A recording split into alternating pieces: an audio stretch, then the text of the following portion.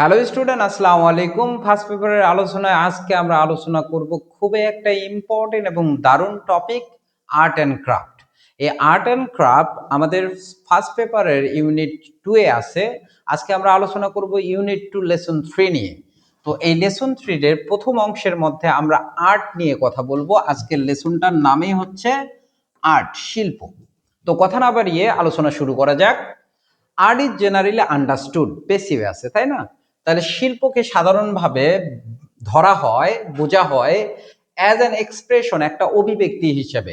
কিসের অভিব্যক্তি? Of human imagination and creative skill. তাহলে মানুষের কল্পনা এবং সৃজনশীল দক্ষতার in the range of activities, কোন সকল কাজের ক্ষেত্রে? Including painting, drawing, sculpture and architecture. আমরা জানি পেইন্টিং, ড্রয়িং মানে চিত্রকর্ম, স্কাল্পচার মানে হচ্ছে ভাস্কর্য। স্কাল্পচার মানে কি? ভাস্কর্য। তাহলে অর্থ কি দাঁড়াচ্ছে? যে শিল্পকে সাধারণভাবে একটা অভিব্যক্তি হিসেবে ধরা হয় মানুষের কল্পনা এবং সৃজনশীল দক্ষতার চিত্রকর্ম, ভাস্কর্য এবং স্থাপনার শিল্পের ক্ষেত্রে। The aim of art is to evoke. এই ইভোক মানে হচ্ছে জাগ্রত করা। ইভোক মানে কি? জাগ্রত করা। আমরা প্রত্যেকটা ওয়ার্ড মিনিং একটু ভালো করে জানবো। ইভোক মানে জাগ্রত করা। তাহলে শিল্পের উদ্দেশ্য হচ্ছে জাগ্রত করা। কাকে জাগ্রত করা? ফিলিংস অ্যান্ড ইমোশন, আবেগ ও অনুভূতিকে। That are consider aesthetic. অ্যাস্থেটিকের বাংলা হচ্ছে নান্দনিক। আমরা বিউটিফুল বলি, আমরা বিউটিফুল না বলে যদি স্মার্ট ইংলিশ বলতে চাই তাহলে অ্যাস্থেটিক বলবো। That is concerned with, concerned এর পর অলওয়েজ প্রিপজিশন উইথ বসে। কনসার্নড উইথ মানে হচ্ছে সম্পৃক্ত, বিউটি। তাহলে অর্থ কি দাঁড়াচ্ছে? শিল্পের উদ্দেশ্য হচ্ছে সৌন্দর্যের সাথে সম্পৃক্ত, নান্দনিক হিসেবে বিবেচিত অনুভূতি ও আবেগকে জাগ্রত করা। But art also can be a form of social commentary. Commentary মানে উপস্থাপনা। কমেন্টারি মানে কি? উপস্থাপনা। উপস্থাপনা। আবার শিল্পটা কি হইতে পারে? আবার শিল্পটা কি হইতে পারে? সামাজিক ধারাভাষ্য বা সামাজিক উপস্থাপনা হইতে পারে। তার মানে কি বুঝাইছে? আমাদের সমাজে সমসাময়িক সময়ে যে সকল জিনিস প্রচলিত আছে সেই সকল জিনিস আমরা শিল্পের মাধ্যমে উপস্থাপন করতে পারি।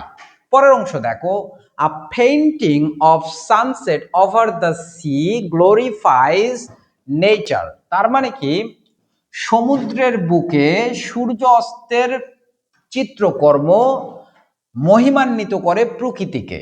তাহলে গ্লোরিফাই মানে কি? মহিমান্বিত করা, মহিমান্বিত করা। তাহলে গ্লোরিফাই মানে কি? মহিমান্বিত করা। এরপরে আসি, but one that shows a war ravage. এই র্যাভেজ মানে হচ্ছে ধ্বংস করা। এই র্যাভেজ মানে কি? ধ্বংস করা। Town can convey. এই কনভে মানে হচ্ছে প্রেরণ করা। কনভে মানে কি? প্রেরণ করা। Send, convey synonym. আর সেন্স অফ অ্যাঙ্গুইশ, দেখো নতুন ওয়ার্ডের ভরাভরি। তাহলে অ্যাঙ্গুইশ মানে হচ্ছে যন্ত্রণা বা আর্তনাদ।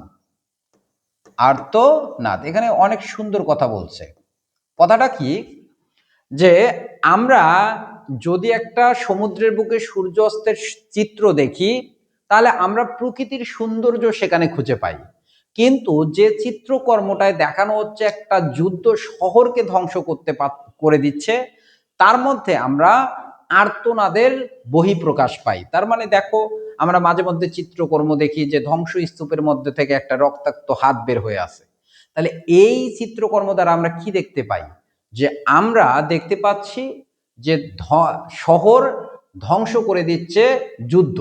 তাহলে যুদ্ধের কারণে শহর ধ্বংস হয়ে যাচ্ছে এবং সেই চিত্রকর্ম আমাদের মধ্যে যন্ত্রণা বা আর্তনাদ এর বার্তা প্রেরণ করে। এরপরে সেন্টে দেখো, বলছে through out the world people appreciate. Appreciate মানে প্রশংসা করা। আমরা প্রেজ বলি, তারপরে অ্যাডমায়ার বলি, এর সিনোনিম। তাহলে art for its power to affect them in creative ways. তাহলে অর্থ কি দাঁড়াচ্ছে? যে ইতিহাস জুড়ে লোকজন, বলছে থ্রু আউট দ্য ওয়ার্ল্ড, পৃথিবী জুড়ে লোকজন শিল্পের প্রশংসা করে এর সৃজনশীল উপায়ে মানুষকে প্রভাবিত করার সক্ষমতার জন্য। তার মানে শিল্প আমাদেরকে একদম সৃজনশীল উপায়ে বিভিন্ন বিষয়ে প্রভাবিত করতে পারে। As the famous painter Pablo Picasso said, বিখ্যাত চিত্রকর পাবলো পিকাসো বলেছেন, the purpose of art is washing the dust of daily life of our soul. তার মানে বিখ্যাত চিত্রকর পাবলো পিকাসো বলেছেন যে শিল্পের উদ্দেশ্য হচ্ছে ওয়াশিং দ্য ডাস্ট, ধুলি ময়লা মুছে ফেলা আমাদের দৈনন্দিন জীবনের কোথা থেকে, আমাদের মন থেকে।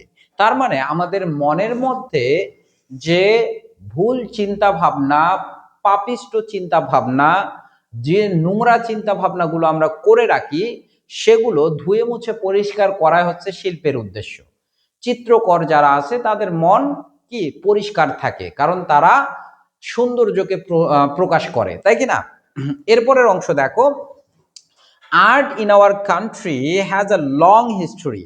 আমাদের দেশে শিল্পর একটা কি রয়েছে, আমাদের দেশে শিল্পের একটা দীর্ঘ ইতিহাস রয়েছে। It has been practice in house hold, এটা কি করা হইতো, অনুশীলন করা হতো ইন দ্য ফর্ম অফ পোটারি, তাহলে এটা অনুশীলন হয়েছিল আমাদের বসত বাড়িতে ইন দ্য ফর্ম অফ পোটারি। এই পোটারি মানে হচ্ছে মৃৎশিল্প। পোটারি মানে কি, মৃৎ শিল্প, মানে কুমারের যে শিল্প সেটাকে আমরা কি বলি, পোটারি, মৃৎশিল্প। নকশিকাতা এর ইংলিশ ফর্ম হচ্ছে এমব্রয়ডার্ড কুইল। আলপনা, আলপনা মানে তো জানোই, ইন্ট্রিকেট মানে হচ্ছে জটিল, ইন্ট্রিকেট মানে কি জটিল, হ্যাঁ। মোস্টলি ফ্লোরাল, আমরা বলি ফ্লাওয়ার, ফ্লাওয়ার মানে ফুল, এর অ্যাডজেক্টিভ ফর্ম কি ফ্লোরাল, মানে কি ফুলেল। তাহলে তোমাদের যদি কেউ জিজ্ঞাসা করে what is the adjective form of flower, কি বলবা, floral. Design in the rice paste, paste মানে রাস, এখানে রাইস পেস্ট বলতে ভাতের মারকে বুঝাইছে। তোমরা ভাতের মার বোঝো কিনা বোঝানো মুশকিল, আমরা গ্রামের মানুষ ভাতের মার খুব ভালো চিনি। হ্যাঁ, ভাতের মার কোনটাকে বলে, যে ভাত রান্না করার পর অবশিষ্ট যে পানিগুলো থাকে ভাতের সঙ্গে সেটা বের করে ফেলার ওই পানিটুকুকেই আমরা কি বলি, ভাতের মার বলি। হ্যাঁ, এগুলোর আবার কাজ কি বলছে, ডান অন ক্লে ইয়ার্ড, ক্লে মানে কাদামাটি, ক্লে মানে কি কাদামাটি, কাদা, ইয়ার্ড মানে হচ্ছে উঠান, ইয়ার্ড মানে হচ্ছে উঠান। শখের হাড়ি, শখের হাড়ি জিনিসটা কি, আগেরকার দিনে গ্রামীণ পরিবেশে আমরা গেলে দেখতে পাই মাটির ঘরের মধ্যে সিকি থাকতো। এখন সিকি কি তোমাদের বুঝাইতে গেলে যারা শহরে আসো, হ্যাঁ, তাদের আবার মুশকিল হয়ে যাবে যে সিকি আবার কি। তো সিকি হচ্ছে রশির তৈরি পাত্র রাখার মতো সুন্দর একটা ব্যবস্থা, যেখানে পাত্র ঝুলায় রাখে। এই শখের হাড়ি বিভিন্ন নকশা করা হয়। and painted, এর ইংলিশ ফর্ম হচ্ছে painted earthen pot, and the lid, lead মানে হচ্ছে ঢাকনা, লিড মানে কি ঢাকনা। তাহলে ইংলিশটা আমরা যদি বাংলায় করি, বড় সেন্টেন্স কিন্তু এখানে শুরু এখানে শেষ, আমরা অর্থটা করি। বলছে এই শিল্পের শুরু হয়েছিল, চর্চা হয়েছিল আমাদের বসত বাড়িতে মৃৎশিল্প আকারে, নকশিকাতা, তারপর আলপনা অথবা জটিল ফুলের নকশা কোথায়, ভাতের মারের সাথে কাদামাটি মিশিয়ে উঠানের মধ্যে। এবং আমরা শখের হাড়ি তৈরি করতাম এবং তাদের যে ঢাকনাগুলো ছিল এখানে বিভিন্ন ধরনের নকশা করার মাধ্যমেই আমরা কুটির লোকশিল্প সৃষ্টি করেছিলাম। দেখো কি বলছে এখানে, this are example of folk art, এগুলোকে বলা হয় লোকশিল্পের উদাহরণ, এগুলো সবগুলো ছিল লোকশিল্পের উদাহরণ।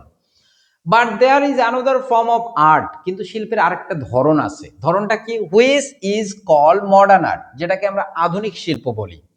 হুইজ ও, এই ও মানে হচ্ছে ঋণী, ও মানে কি বলো, ও মানে কি ঋণী, যেটা ঋণী। তাহলে এখানে আছে কি হুইজ ওজ, যেহেতু সাবজেক্টটা থার্ড পারসন সিঙ্গুলার, এই জন্য আমরা এস যুক্ত করছি। Which owes its origin to the industrial revolution, আমরা জানি রেভলিউশন মানে হচ্ছে বিপ্লব, বিপ্লব, হ্যাঁ revolution, in western Europe in the middle of the 19th century. তাহলে অর্থ কি দাঁড়াচ্ছে যে but there is another form of art, শিল্পের আরেকটা ধরন আছে যেটাকে আমরা আধুনিক শিল্প বলি, যেটা উৎপত্তির দিক থেকে 19 শতাব্দীর মাঝামাঝি মধ্য বা পশ্চিম ইউরোপে সংগঠিত শিল্প বিপ্লবের কাছে ঋণী। এবং কার কাছে ঋণী? And the change it brought in technology, education, manufacturing and communication.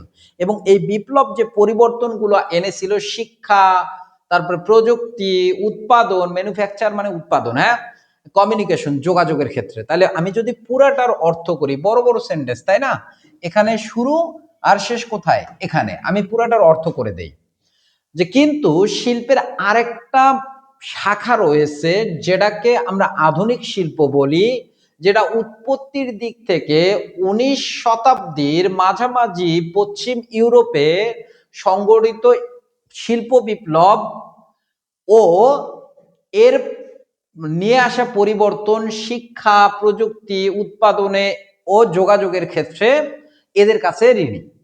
তার মানে এই সকল জিনিসের কাছে মানে শিল্প বিপ্লবের ফলেই আধুনিক শিল্পের সূচনা হয়েছিল। Modern art rejected traditional art form. Reject মানে কি? প্রত্যাখ্যান করা। আধুনিক শিল্প কি করে? অতীতের প্রাচীন যে ঐতিহ্যগত যে শিল্প আছে সেটাকে প্রত্যাখ্যান করেন। তার মানে ফক আর্টকে কি করেন? প্রত্যাখ্যান করেন। এরপরে বলছেন began to create new types of artistic expression, এবং নতুন ধরনের তারা প্রকাশভঙ্গি প্রকাশ করা শুরু করেন। ইউজিং স্টাইল, স্টাইল মানে হচ্ছে শৈলী, স্টাইল মানে কি? শৈলী, টেকনিক্স, কালার অ্যান্ড ম্যাটেরিয়াল। তাহলে অর্থ কি দাঁড়াচ্ছে? যে আধুনিক শিল্প প্রাচীন শিল্প বা ঐতিহ্যগত শিল্পের ধরনকে প্রত্যাখ্যান করে এবং নতুন ধরনের শৈল্পিক প্রকাশ অভিব্যক্তি করা শুরু করে। বিভিন্ন ধরনের শৈলী, তারপরে টেকনিক, কৌশল, রং এবং উপাদান ব্যবহার করে। দ্যাট কুড এডিকুয়েটলি, যেটা পেরেছিল পর্যাপ্ত পরিমাণে, এডিকুয়েটলি মানে হচ্ছে পর্যাপ্ত পরিমাণে, পর্যাপ্ত পরিমাণে, পর্যাপ্ত পরিমাণে। রিফ্লেক্ট দ্য স্পিরিট, স্পিরিট মানে আত্মা, সোলের সিনোনিম, অফ দ্য টাইম মানে ওই সময়ের সত্তাকে তুলে ধরতে যথেষ্ট পরিমাণ বা নিখুঁতভাবে তুলে ধরতে পেরেছিল। The profound change in human thought, এবং প্রোফাউন্ড মানে উল্লেখযোগ্য বা বিখ্যাত, উল্লেখযোগ্য বা বিখ্যাত। তাহলে অর্থ কি দাঁড়াচ্ছে? আমি যদি পুরাটার অর্থ করি, অনেক বড় বড় সেন্টেন্স তাই না? তাহলে আধুনিক শিল্প, এখান থেকে আধুনিক শিল্প ঐতিহ্যগত শিল্পের ধারাকে প্রত্যাখ্যান করেছেন এবং নতুন ধরনের শৈল্পিক অভিব্যক্তি প্রকাশ করা শুরু করেছেন তাদের নতুন শৈলী, কৌশল, রং, উপাদান ব্যবহার করে, যেটা যেগুলো পর্যাপ্ত পরিমাণে বা নিখুঁতভাবে প্রতিফলন করতে পারে সেই সময়ের সত্তাকে এবং বিখ্যাত বা উল্লেখযোগ্য পরিবর্তনগুলো মানব চিন্তা ভাবনায়। The beginning of modern art, আধুনিক শিল্পের সূচনা হয়েছিল ইন আওয়ার কান্ট্রি, আমাদের দেশে, ডেট ফ্রম 1948, 1948 সালের দিকে। When the great artist Zainul Abedin, যখন বিখ্যাত শিল্পী Zainul Abedin, with the help of some colleague বানানটা দেখিও, প্রায় আসে কিন্তু। তাহলে set up an institute of art in Dhaka, যখন ঢাকার মধ্যে একটা ইনস্টিটিউট গড়ে তোলেন। কিসের ইনস্টিটিউট? শিল্পের ইনস্টিটিউট, যেটা ঢাকা বিশ্ববিদ্যালয় বর্তমান চারুকলা বিভাগ নামে পরিচিত, the faculty of fine art. As it began to offer art education, যখন এটা শিল্পের শিক্ষা দেওয়া শুরু করলো, দ্য ইনস্টিটিউট ড্রিউ টুগেদার, এই প্রতিষ্ঠান একত্রে আনলো আর number of talented teachers and student. তার মানে যখন এই প্রতিষ্ঠান শিল্পের শিক্ষা দেওয়া শুরু করলো তখন অসংখ্য মেধাবী শিক্ষক শিক্ষার্থীকে এই প্রতিষ্ঠান জড়ো করলো। হু কন্ট্রিবিউটেড, যারা অবদান রেখেছিল, to the development of modern art, আধুনিক শিল্পের উন্নয়নে। অলমোস্ট ফ্রম স্ক্র্যাচ, স্ক্র্যাচ মানে কি? দাগ। স্ক্র্যাচ মানে কি? দাগ। মানে আমি মনে করো একটা মানুষ তৈরি করব, তাহলে কেবল একটা দাগ টানলাম মানে সূচনা করছি, এখান থেকে পূর্ণাঙ্গ একটা মানুষ তৈরি করতে যে যারা ভূমিকা পালন করছিল তারা কে? বলো, তারা কে? ওই যে জয়নুল আবেদিন এবং তার সহকর্মীরা। আর্টের দিক থেকে আমি খুবই পসা, মনে করো এটা মানুষ, বুঝাইতে পারছি? মনে করো এটা মানুষ। এরপরে আসি আমরা পরের লাইনে যাই। বাট উইথিন আ ডিকেড, এক দশকের মধ্যে শিল্পীরা প্রতিফলন করা শুরু করে মোস্ট রিসেন্ট ট্রেন্ড, খুবই সাম্প্রতিক প্রচলন অ্যান্ড স্টাইল, শৈলী ইন দেয়ার ওয়ার্ক, তাদের কাজকর্মে, such as expressionism and abstract expressionism. expressionism মানে কি? অভিব্যক্তিবাদ, অভিব্যক্তিবাদ। আর অ্যাবস্ট্রাক্ট এক্সপ্রেশনিজম মানে হচ্ছে বিমূর্ত, যেটা দেখা যায় না আর কি, হ্যাঁ, বিমূর্ত অভিব্যক্তিবাদ। আমি ব্যাখ্যা দিয়ে বুঝাবো, সমস্যা নাই। while maintaining a close contact with the traditional of folk art, আমি পুরাটার বাংলা সুন্দরভাবে বলি, তারপরে ব্যাখ্যা করতেছি। বলছে কিন্তু এক দশকের মধ্যে শিল্পীরা তাদের কাজকর্মের মধ্যে, ইন দেয়ার ওয়ার্ক, তাদের কাজকর্মের মধ্যে অভিব্যক্তিবাদ বা বিমূর্ত অভিব্যক্তিবাদ প্রকাশ করা শুরু করছেন, maintaining a close contact with the tradition of folk art, মানে প্রাচীন বা প্রথাগত বা ঐতিহ্যগত শিল্পের সঙ্গে একটা ঘনিষ্ঠ সম্পর্ক বিদ্যমান রেখে। তাহলে আমি যদি আরো সুন্দর করে এই সেন্টেন্সের অর্থটা বলি, এভাবে দাঁড়াবে, কিন্তু এক দশকের মধ্যে শিল্পীরা খুবই সাম্প্রতিক প্রচলন এবং শৈলীগুলো তাদের কাজকর্মে তুলে ধরা শুরু করছেন, যেমন এক্সপ্রেশনিজম মানে অভিব্যক্তিবাদ বা বিমূর্ত অভিব্যক্তিবাদ, তাদের ঐতিহ্যগত লোকশিল্পের সঙ্গে ঘনিষ্ঠ সম্পৃক্ততা রেখে। এখন এক্সপ্রেশনিজম এন্ড অ্যাবস্ট্রাক্ট এক্সপ্রেশনিজম জিনিসটাকে আমাকে বুঝাইতে দাও। আমরা ট্রেডিশনাল ফোক আর্টের মধ্যে যেটা দেখতাম, সেখানে মনে করো একটা মানুষ যদি তৈরি করত, মানুষকে সুন্দরভাবে আকৃতি দিত, আমার মতো না, মনে করো একটা মানুষ তৈরি করছে, এই মানুষকে তারা সুন্দরভাবে আকৃতি প্রদান করছে, বুঝছো বিষয়, সুন্দরভাবে আকৃতি প্রদান করছে, হ্যাঁ। কিন্তু আধুনিক এক্সপ্রেশনিজমের মধ্যে কি হয়েছে, যে এক্সপ্রেশনিজমকে আইডিয়াকে প্রাধান্য দেওয়া হয়েছে কোনো বস্তু বা বিষয়ের থেকে, মানে আইডিয়া ইজ বেটার দ্যান, অথবা idea is important than thing, মানে এখানে বস্তু কি হইতে পারে, বিকৃত হইতে পারে। বুঝাই দিচ্ছি, মনে করো আগেরকার দিনে কোনো একজন ব্যক্তিকে রাগান্বিত অবস্থায় প্রকাশ করতে চাচ্ছে, চিত্রায়িত করতে চাচ্ছে, তাহলে কি দেখাবে, সে রাগ করে চুপচাপ একটা রুমের মধ্যে এক কোণে গিয়ে বসে আছে, এমন ভাবে চিত্রায়িত করবে, তাই কি না? কিন্তু এক্সপ্রেশনিজমের মধ্যে যেভাবে আর্ট করা হচ্ছে, কিভাবে আর্ট করা হচ্ছে, যে একজন মানুষ রাগান্বিত অবস্থায় আছে, তার চুলগুলো একদম এলোমেলো এবড়ো থেবড়ো অবস্থায় আছে, শার্টমার্ট সিরা, এবং মনে করো চোখগুলো বের হয়ে আছে, বুঝতে পারছি, চোখগুলো এমনে বের হয়ে এমনে আছে। তাহলে এই যে মানুষের আকৃতি কি আসলে এরকম চোখ বের হয়ে ঝুলে আছে এমনটা? অবশ্যই না। তাহলে এখানে কি মানুষের আকৃতি বিকৃত হয়েছে, কিন্তু অভিব্যক্তিটা, ফিলিংসটা খুব সুন্দরভাবে প্রকাশ পাইছে, এটাকে বলা হয় এক্সপ্রেশনিজম। অ্যাবস্ট্রাক্ট এক্সপ্রেশনিজম হচ্ছে এক্সপ্রেশনিজম থেকে একটু উপরের লেভেলে।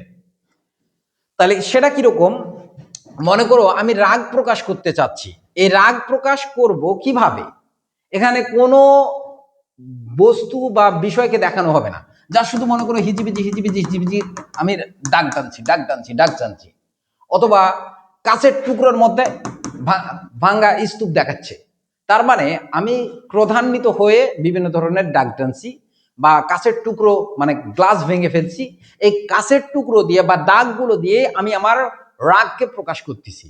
দেখো, তার মানে এখানে থিং মানে বস্তু, এখানে মেন আইডিয়া না, মেন আইডিয়া হচ্ছে অভিব্যক্তি, এখানে বস্তুকে তুমি চিনতেই পারবা না, বুঝতে পারছি?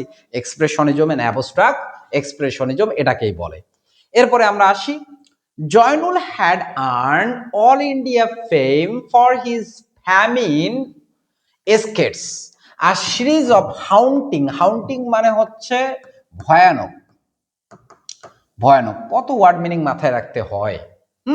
তাহলে কি বলছে, জয়নুল আবেদিন সারা ভারতবর্ষে খ্যাতি অর্জন করেছিল কিসের জন্য, for his famine skates, famine মানে হচ্ছে দুর্ভিক্ষ, ফ্যামিন মানে কি, দুর্ভিক্ষ, স্কেটস মানে চিত্র, জানো তো, তার অনেকগুলো ভয়ানক চিত্রকর্মের উপর, কিসের জন্য, কিসের চিত্রকর্ম, দুর্ভিক্ষের চিত্রকর্ম based on Bengal famine of 1943, 1943 সালে বাংলার দুর্ভিক্ষের উপর, which took hundreds of thousands of life, যার ফলে হাজার হাজার মানুষের মৃত্যু ঘটে। অ্যাকচুয়ালি এই 1943 সাল, যেটাকে বাংলায় বলা হয় 1177-এর দুর্ভিক্ষ, মানে 70-এর মনন্তর বলা হয়। এই 70-এর মনন্তর বাংলায় 1177 ছিল, ইংলিশে কত 1943, তাই কি না? এই 1943 সালের দুর্ভিক্ষে প্রায় 32 লক্ষ মানুষ না খেয়ে মারা গেছিল। চিন্তা করা যায়, 1943 সালে না খেয়ে মানুষ মারা গেছিল 32 লক্ষ। সরকারি হিসেবে 25 থেকে 30 লক্ষের কথা বলা হয়, অ্যাকচুয়াল হিসেব 30 থেকে 32 লক্ষের মতো। এরপরে আসি, his water colours, scroll paintings and drawing inspire our artist even today. তার যে জল রং, স্ক্রোল পেইন্টিং এবং ড্রয়িং, এটা কি করে বর্তমান সময়ের শিল্পীদেরকেও অনুপ্রাণিত করে। The other prominent artist, prominent মানে বিখ্যাত, প্রমিনেন্ট মানে কি বিখ্যাত, অন্যান্য বিখ্যাত শিল্পী who had contribution to the spectacular rise of the contemporary art. এই কন্টেম্পোরারি মানে হচ্ছে সমসাময়িক, সমসাময়িক, সমসাময়িক। তাহলে বলছে অন্যান্য বিখ্যাত শিল্পী যাদের সমসাময়িক শিল্পকে জনপ্রিয় করার ক্ষেত্রে অবদান ছিল, তাদের মধ্যে ছিল কামরুল হাসান, এস এম সুলতান, শফিউদ্দিন আহমেদ, আব্দুর রাজ্জাক, কাইয়ুম চৌধুরী, মর্তুজা বাশের, আমিনুল ইসলাম, সৈয়দ জাহাঙ্গীর, দেবদাস চক্রবর্তী, নবেরা আহমেদ, মোহাম্মদ কিবরিয়া। এরা ছিল তাদের মধ্যে অন্যতম। এরপরে বলছে দ্য ওয়ার অফ লিবারেশন, মুক্তিযুদ্ধ, and the independence of the country, এই দেশের স্বাধীনতা কখন, ইন 1971। তাহলে 1971 সালে মুক্তিযুদ্ধ ও এদেশের স্বাধীনতা অনুপ্রাণিত করেছিল আওয়ার আর্টিস্ট, আমাদের শিল্পীদেরকে, টু কন্টিনিউ, অব্যাহত রাখতে, দ্য ইফোর্টস, প্রচেষ্টাগুলোকে, অফ দ্য আর্লিয়ার আর্টিস্ট, পূর্ববর্তী শিল্পীদের, টু এক্সপ্লোর দ্য লিমিট, সীমা অন্বেষণ করতে, অফ আর্ট, কিসের সীমা, কিসের লিমিটেশন, শিল্পের, and create new expressive mood, নতুন ধরনের প্রকাশ ভঙ্গি তারা সৃষ্টি করে। তাহলে আমি যদি বাংলাটা এভাবে করি, দাঁড়াবে কি 1971 সালের এদেশের মুক্তিযুদ্ধ, এদেশের স্বাধীনতা এবং মুক্তিযুদ্ধ শিল্পীদেরকে, আমাদের শিল্পীদেরকে অনুপ্রাণিত করেছিল পূর্ববর্তী শিল্পীদের প্রচেষ্টাকে অব্যাহত রাখতে। এবং কিসের প্রচেষ্টা, শিল্পের যে সীমা রয়েছে, শিল্পের যে একটা পরিসীমার আছে, এই পরিসীমাকে উন্মোচন করার, এবং তারা নতুন ধরনের প্রকাশভঙ্গি সৃষ্টি করছে। তার মানে পূর্ববর্তী যারা শিল্পী ছিল তারা চেষ্টা করেছিল শিল্পকে অনন্য পর্যায়ে নিয়ে যেতে, একদম সুউচ্চ পর্যায়ে নিয়ে যাওয়ার, কিন্তু তারা যেখানে আটকায় গেছে সেখান থেকে আবার পরবর্তী শিল্পীরা শুরু করছে, তাদের কাজকে অব্যাহত রাখছে। ফর দ্য নেক্সট 4 ডিকেড, পরবর্তী 10 বছর, আর্ট ইন আওয়ার কান্ট্রি, আমাদের দেশের শিল্প, স মেনি এক্সপেরিমেন্টেশন, অনেক পরীক্ষা নিরীক্ষা পর্যবেক্ষণ করেছে। আর্টিস্ট ডিল উইথ মানে কাজ করা, নিউ আইডিয়াস, নতুন ধরনের ধারণা নিয়ে কাজ করছেন, সাচ আস ইনস্টলেশন মানে স্থাপনা বা শুরু করা, ইনস্টলেশন আর্ট মানে ভাস্কর্য শিল্পকে বোঝাচ্ছে, and graphic art and reshape old art traditional art form. তাহলে অর্থ কি দাঁড়াচ্ছে, যে শিল্পীরা নতুন ধরনের ধারণা, যেমন স্থাপনা শিল্প এবং চিত্রায়ন শিল্প এবং পুরাতনকে নতুন আকৃতি দেওয়া এবং ট্র্যাডিশনাল আর্ট ফর্ম, ঐতিহ্যগত শিল্পের ধরনকে নিয়ে নতুনভাবে কাজ করা তারা শুরু করছে। If you visit an art gallery, any art gallery or art exhibition, তুমি যদি কোনো আর্ট গ্যালারি অথবা শিল্প প্রদর্শনীতে যাও, এক্সিবিশন মানে প্রদর্শনী, ইউ উইল ফাইন্ড, তুমি দেখতে পাবা, হাউ আওয়ার আর্ট, কিভাবে আমাদের শিল্প রিফ্লেক্ট, প্রকাশ করতেছে, আওয়ার চেঞ্জিং রিয়ালিটিস, আমাদের পরিবর্তিত বাস্তবতা, in fascinating and insightful ways. Fascinating মানে মনোমুগ্ধকর,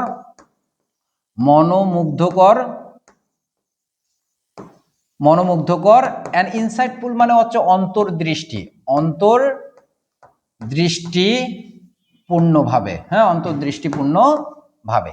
এই ইনসাইটফুল মানে হচ্ছে অন্তর্দৃষ্টিপূর্ণ। তাহলে অন্তর্দৃষ্টিপূর্ণ জিনিসটা কি? যেমন আমরা বলি না, হি ইজ ভেরি ইনসাইটফুল বয়, মানে কি তার ভিতরে একদম জ্ঞানে পরিপূর্ণ, এই জ্ঞানে ঠাসা জিনিসটাকে বলা হয় ইনসাইটফুল, অন্তর্দৃষ্টিপূর্ণ। ঠিক আছে, আজকে আমরা এতটুকুই আলোচনা করলাম। নেক্সট ক্লাসে আমরা আলোচনা করব এই লেসন 3 এর পার্ট 2 নিয়ে, অর্থাৎ এস এম সুলতান, নভেরা আহমেদ, এদের সম্পর্কে আমরা পরবর্তী ক্লাসে আলোচনা করব। ধন্যবাদ সবাইকে এতক্ষণ পর্যন্ত সাথে থাকার জন্য। যদি ক্লাসটা ভালো লেগে থাকে অবশ্যই চ্যানেলটা সাবস্ক্রাইব করবা, কমেন্ট করে তোমাদের মূল্যবান বক্তব্য জানাই দিবা। আসসালামু আলাইকুম।